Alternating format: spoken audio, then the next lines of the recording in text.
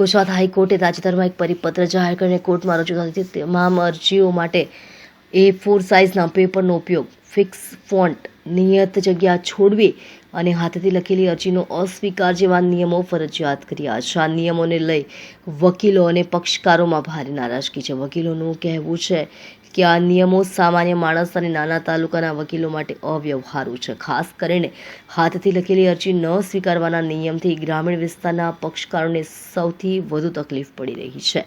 વિરોધના ભાગરૂપે Surat bar association દ્વારા આજે અને આવતીકાલે 2 દિવસની હડતાલનું એલાન આપવામાં આવ્યું છે. હડતાલના કારણે આજે સુરત કોર્ટમાં તમામ પ્રકારની કાનૂની કામગીરી સ્થગિત રહી હતી. વકીલો કોર્ટ પરિસરમાં એકઠા થઈને હાઈકોર્ટના પરિપત્ર વિરુદ્ધ સૂત્રોચ્ચાર પણ કરી રહ્યા હતા.